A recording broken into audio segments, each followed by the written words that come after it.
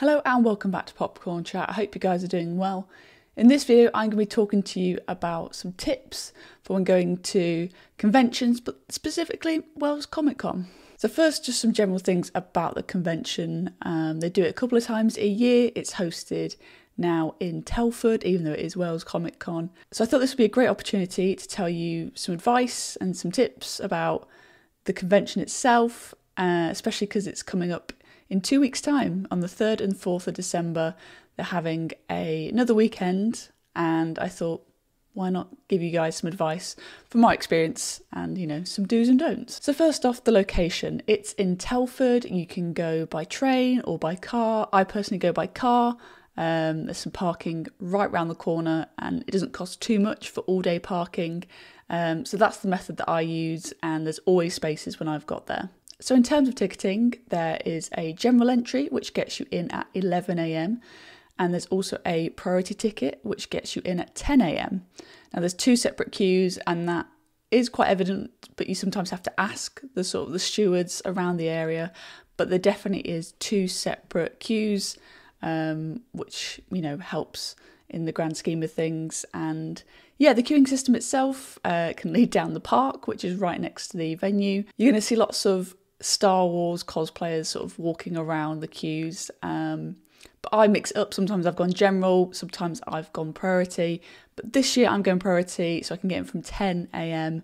So that means I will probably get there about 45 minutes before, just to get a good spot in the queue, not too far behind. And then once it starts moving, it's pretty quick, but it still takes time. And yeah, a lot of people do get general and a lot of people get priority. So either way, you're going to get a ticket and you're going to get in. If you feel that you might miss your photo ops, they can pull you out of the queue, and that way you can get fast tracked, so they make sure that you don't miss your photo opportunity. I will say that you can do the convention in a day if you wanted to. I've done a day and I've done weekends. So if you're going to do it in a day, I think Saturdays are quite good because they're longer. The conventions open a bit longer than it is on a Sunday. But you can do it over the weekend, and I think it spreads it out and you can kind of split up your days a bit nicer. But sometimes guests only do certain days, and that's what I was annoyed with last time, as I wanted to get another guest, but they ended up moving what day they could do, but I only booked one day. So I would recommend getting a full weekend ticket. It allows you to sort of spread out your time in terms of autographs, photos, looking around the stalls, and just having some time to relax. So I would recommend doing the weekend, but you can really do it in a day as well. So let's get on to some tips. One of the first things I would say, and I mentioned it previously, is that I would get there earlier. So if your time is allotted at 10 a.m, I'd be looking to get there maybe an hour, 45 minutes before that, because the queue will have started definitely way before that time. But I think that's a good time in terms of standing in the queue, not getting too cold, but you've got a good spot. You can take a backpack in. They will sort of have a little check as you sort of go through the doors. But that allows you to bring bottles of water. I would bring a sandwich as well, because I think the food in there is not great. There is an upstairs where you can get hot food, but it's not great in terms of options. It's quite very much like chips and burgers. I didn't find very good vegetarian options last time I went. So I definitely recommend taking a bit of a packed lunch, some snacks, some fruit, all those sorts of things. There are stalls that sell cakes and brownies, but you want some good sort of food that's going to get you through the day, and they allow you to bring that in. So I would recommend bringing water, packed lunch, and some snacks, and then any sort of things, like tissues or whatever it is that you may need. Definitely bring that in your backpack. I would also recommend taking a poster tube. I took one last year because the last few times I've been getting signatures of all the Buffy actors on my poster. So I take that every time. And it's just a good way to keep all your artwork sort of nice and neat. It doesn't get crumpled. And then you can pop other things that you buy into that tube as well, and you can put it over your arm or over sort of across the chest, and that way it's sort of out of the way. But it's always good to have, and you're going to use it every time you go. One of the things that I learned from the first time that I went to Wales Comic Con was the fact that a lot of the stalls take cash rather than cards. So when I say that, I mean actors that you might want to meet, that you maybe didn't plan on meeting or get an autograph with before, but on the day, I'll go get a signature. The queue's not too long. At those stalls, they will take cash. I've never seen the stalls take card. However, the stalls selling merchandise and prints, they take card, they take cash, they take a mixture. If you want to go get a picture or something signed from another actor that, you know, just think on the day, take cash, because that's all they will take. So in case you haven't bought anything, there is prints on the table that you can get signed, which again, you would need cash for, because you have to pay for those and then pay for the signature, all in cash. So make sure you go to the bank and get some money out before you head to Wales Comic Con. In my experience, I've always taken art with me to get signed. I keep it in my poster tube, and I think that way you can sort of find something you really like and they can then sign that.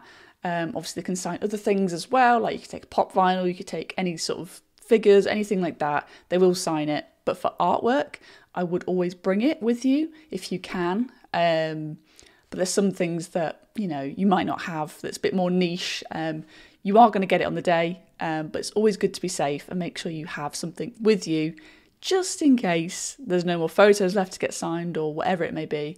So take your art, folks. Another tip I would say, going back to the beginning of the day when you're waiting outside in that queue, because you've got there early, like I've said, I would say to bring layers because it can be quite cold. The one I'm going to in 2 weeks is technically the first weekend of December, so it's going to be cold, potentially raining.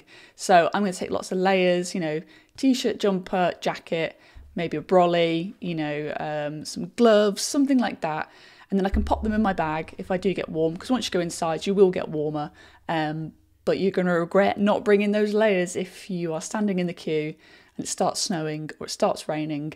So definitely take layers, and then you can just shove them in your bag once you're inside the convention centre, and then you're all good.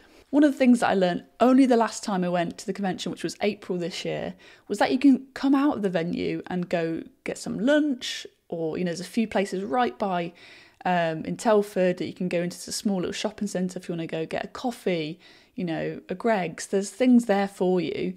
And I didn't realise you could do that, because you will be given, I think it's a wristband or a lanyard, something that shows that you have been accepted into there, and you can go in and out. So you can do that. And I only, you know, found out about it last year when my friend told me that, yeah, we can go out and get stuff. So if you've not brought a lunch or you want to go get a nice coffee, I would recommend going out rather than going and paying, you know, extortionate amounts for, you know, not too great a coffee or hot dog or whatever they sell inside there. Go outside and you can come straight back in. So the final tip that I'm going to give you is the fact that the arena that they host Wales Comic Con in doesn't have great signal. And I think this is quite common with general sort of conventions and where they host them.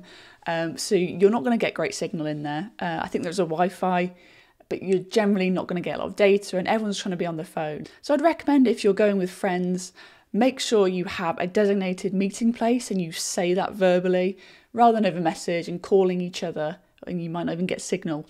Prior to sort of going in for the rest of the day, at the beginning of the day, say we're going to meet here if we get lost, or once I've done my photo op. I think that's a really good way to sort of let people know where you could be, even if you're just sitting down, sort of relaxing. People know where you are, even if they can't get hold of you. I think that's the best way to do it. Well, I hope you guys enjoyed this video, giving you some tips of Wales Comic Con, but you can take these to other conventions and, you know, be a lot more prepared when you go to your first or next convention. So hopefully you guys have liked this style of video. Do let me know if you're heading to Wales Comic Con down below in the comments. I am. I'd love to see some familiar faces.